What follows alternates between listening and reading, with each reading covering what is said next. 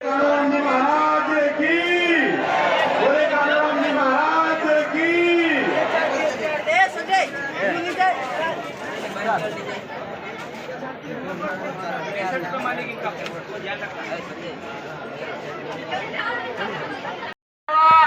और नासवा वाला ये मांडल वाला मांडल वगाड़वानी तैयारी कर ले और नासवा वाला जीवनी टोली से ये कहीं नहीं जाए नासवा हरो और ये गायक जनजाति समाज के व्यक्ति के लिए जमीन कोई संसाधन नहीं होता है, कोई बेचने की वस्तु नहीं होती है। जमीन उसके लिए माँ होती है, उसकी संस्कृति होती है। वो अपने प्राण दे सकता है लेकिन अपनी जमीन को नहीं दे।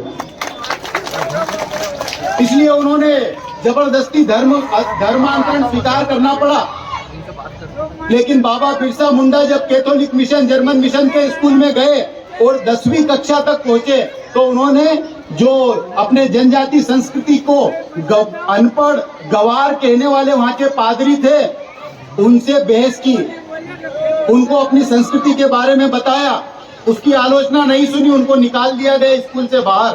बाबा बिरसा मुंडा महज 20 साल की उम्र में उनको स्कूल से बाहर निकाल दिया गया। वो जंगलों में गए, जंगलों में उनको जैसे अपने पूजनीय कान्हू जी महाराज है ऐसे एक संत मिले, उनका नाम था स्वामी आनंद। बहुत सारे विचार, बहुत सारे प्रश्न बाबा बिरसा मुंडा के मन में थे। हमारे वेद, हमारे पुराण, गीता, रामायण, इन सब के संबंध में उपनिषदों की बात हुई। बुद्ध और महावीर, नानक और कबीर को उन्होंने समझा और समझने के बाद योग और आयुर्वेद का अध्ययन करने के बाद जब लौट करके वापस अपने जंगलों में गए तो अपने नौजवान साथियों को ऐसे ही संगठित करने का काम किया जैसे कि कमल डामोर जी कर रहे हैं। लेकिन पहाड़ियों पर फरवरी सन 1900 में एक बड़ी सभा, इस तरह की सभा कर रहे थे और जैसे जलियांवाला बाग में या कभी मानगढ़ जाकर के आप देखिए गोविंद गुरु के शिष्यों पर चारों तरफ से बंदूकें लगा करके अंग्रेजों ने गोलियां बरसाई, हजारों हजार लोग शहीद हो गए। वैसे ही बाबा बिरसा मुंडा के साथियों के ऊपर, अनुयायियों के ऊपर अंग्रेजों ने चारों तरफ से गोलियां बरसाना शुरू की। बरसती हुई गोलियों के बीच में से बाबा बिरसा मुंडा के अनुयायियों ने अंग्रेजों के खिलाफ उनकी तोपों के सामने अपनी छातियों को अड़ा दिया। माता, बहनें, बच्चे, बूढ़े एक साथ जोर से कहने लगे, गोरी चमड़ी के अंग्रेज अपने देश वापस चले जाओ, अंग्रेजों भारत छोड़ो। हमको ये बताया गया कि सन 1942 में महात्मा गांधी जी ने नारा दिया था, अंग्रेजों भारत छोड़ो। लेकिन आज मुझे बताते हुए बड़ा हर्ष हो रहा है कि गांधी जी के 42 साल पहले डोंबारी की पहाड़ियों से जो उल गुलान खड़ा हुआ था उसमें भगवान बिरसा मुंडा ने ये नारा दिया था, अंग्रेजों भारत छोड़ो।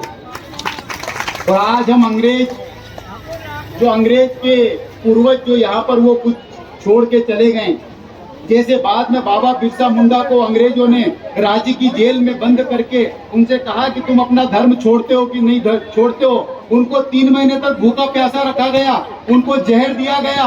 बाबा बिरसा मुंडा ने अपना शरीर त्याग दिया लेकिन अपना धर्म नहीं छोड़ा। 9 जून सन 1900 को बाबा बिरसा मुंडा, भगवान बिरसा मुंडा अपना शरीर छोड़ करके चले गए, लेकिन एक सीख दे करके चले गए, चाहे हमारी जान चली जाए लेकिन हम हिंदुस्तान के टुकड़े नहीं होने देंगे। चाहे हमारी जान चली जाए लेकिन हमारा धर्म, हमारी परंपरा, हमारी संस्कृति को हम नहीं छोड़ेंगे। आज उसी परंपरा के नेतृत्वकर्ता के रूप में हम कान्हू जी महाराज और भाई कमल डामोर को देखते हैं।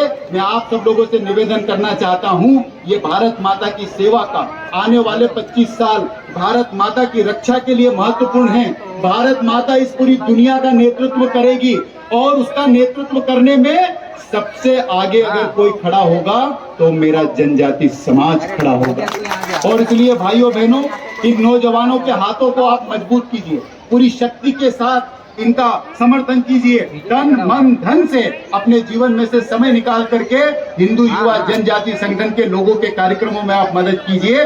आज के इस पवित्र मौके पर आप सब लोगों के चरणों में अपने दोनों हाथ जोड़ करके प्रणाम करते हुए आप लोगों से निवेदन करना चाहता हूं, अंत में एक बार मेरे साथ फिर से दोनों हाथों को उठाइए और अब के आवाज ऐसी हो झाबुआ तक ये आवाज जाए, पहली बार का जयकारा, दूसरी बार का जयकारा भोपाल तक जाए और तीसरी बार का जयकारा हमारे राष्ट्रपति भवन को प्रणाम हो, जिसमें हमारी एक आदिवासी बहन राष्ट्रपति बन के बैठी हुई है। आप लोग तैयार हैं? उठाइए दोनों हाथ, मुट्ठियों को कस के बांधिए, कोहनी से सीधा कीजिए, श्वास को भरिए, सीने को तानिए, बाबा बिरसा मुंडा को मन में स्मरण कीजिए और बोलिए भारत माता की, भारत माता की, भारत माता की।